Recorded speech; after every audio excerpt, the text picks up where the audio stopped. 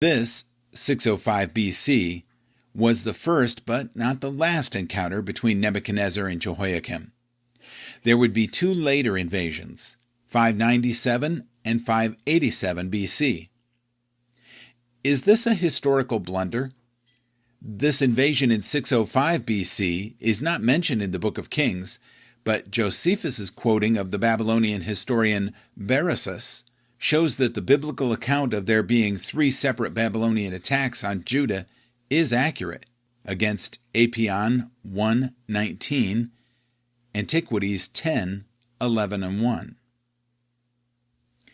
The Babylonian Chronicles are a collection of tablets discovered as early as 1887 and are held in the British Museum. In them, Nebuchadnezzar's 605 BC presence in Judah is documented and clarified. When the Babylonian Chronicles were finally published in 1956, they gave us detailed political and military information of the first magnitude for the first 10 years of Nebuchadnezzar's reign. These tablets were prepared by L.W. King in 1919. Then he died, and they were neglected for 4 decades. The victory of Nebuchadnezzar over the Egyptians at Carchemish in May or June of 605 is also documented by excavations. They found evidences of battle, vast quantities of arrowheads, layers of ash, and a shield of Greek mercenary fighting for the Egyptians. This campaign was interrupted suddenly when Nebuchadnezzar heard of his father's death and had to race back to Babylon to secure his succession to the throne. He traveled about 500 miles in 2 weeks. Remarkable speed for the time.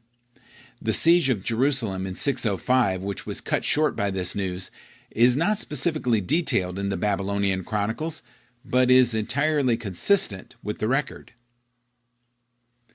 There is also no contradiction between Daniel, who says this happened in the 3rd year of Jehoiakim, and Jeremiah chapter 46 verse 2, which says that it was in the 4th year of Jehoiakim.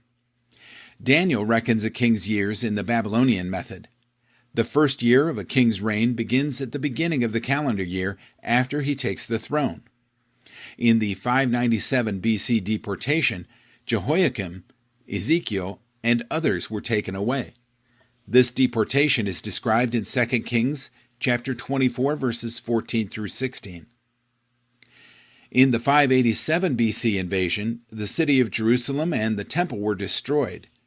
2 Kings chapter 25 verses 9 and 10. God's hand is obvious. He is in command. This was prophesied in Isaiah 39 verse 7. And they shall take away some of your sons who will descend from you, whom you will beget, and they shall be eunuchs in the palace of the king of Babylon. This prophecy has led some to think that Daniel and his companions were made eunuchs.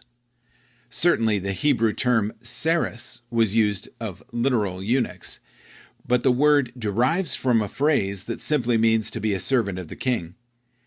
It wasn't necessarily exclusively applied to eunuchs. 2 main reasons for the captivity: idolatry and Israel's failure to observe the Sabbaths for the land. Leviticus chapter 25 verses 1 to 7 and chapter 26 verses 2 to 35.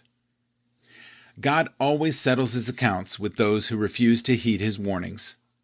Some of the articles of the house of God: Nebuchadnezzar did not take all the furnishings of the temple. The rest were brought to Babylon later. The confiscation of these items and their deposit in a Babylonian temple was a dramatic declaration of the opinion, "My God is better than your God." Would the God of Israel be able to vindicate himself? This was a low time for Judah and God's people. It would seem that the God of Israel had lost to the gods of Assyria, Egypt, and Babylon. Daniel shows God vindicating himself at a time when the conquering of Israel might have brought his reputation into disrepute. Daniel chapter 1 verse 3. And the king spoke unto Ashpenaz, the master of his eunuchs, that he should bring certain of the children of Israel, and of the king's seed, and of the princes. Daniel chapter 1 verse 4.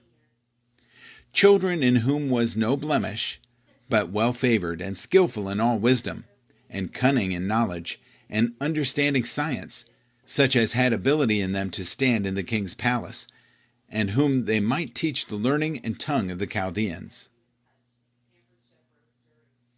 Babylon's system of indoctrination.